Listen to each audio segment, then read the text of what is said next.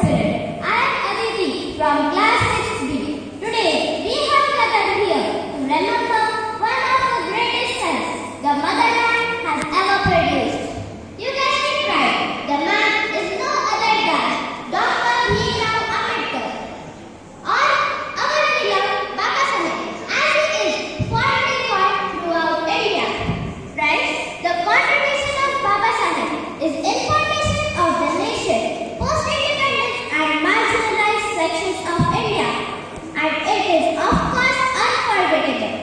His whole life had been an inspiration for others, and his legacy will continue to inspire generations after generations for centuries to come.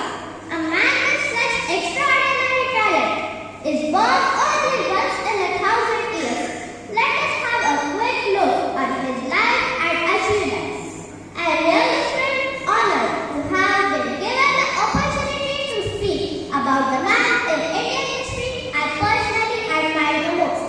Born in the poor Dalit family of Maharashtra, Baba Saheb himself faced caste discrimination from his early childhood. At school, he wasn't even allowed to break from the same curriculum as the upper caste of better experience enough to make one angry. But he was Baba Saheb and decided to create the history. As the coming events cast their shadow long before, Baba Saheb also showed extraordinary talents during his college years.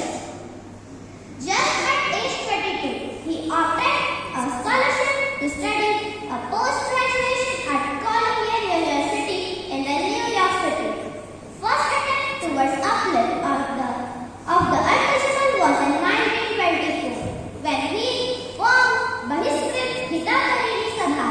After that, there was no looking back for him, and after years, his efforts transformed him into cult figure for Indian untouchables.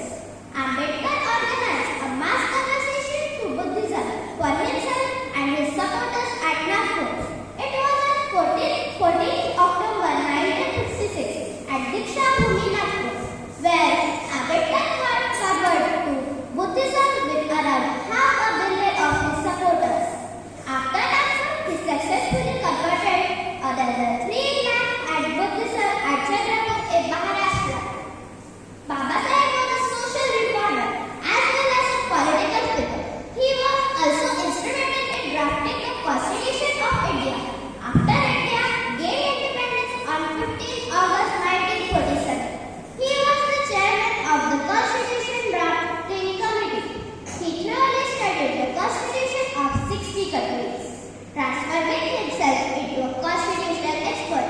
Due to his efforts in the drafting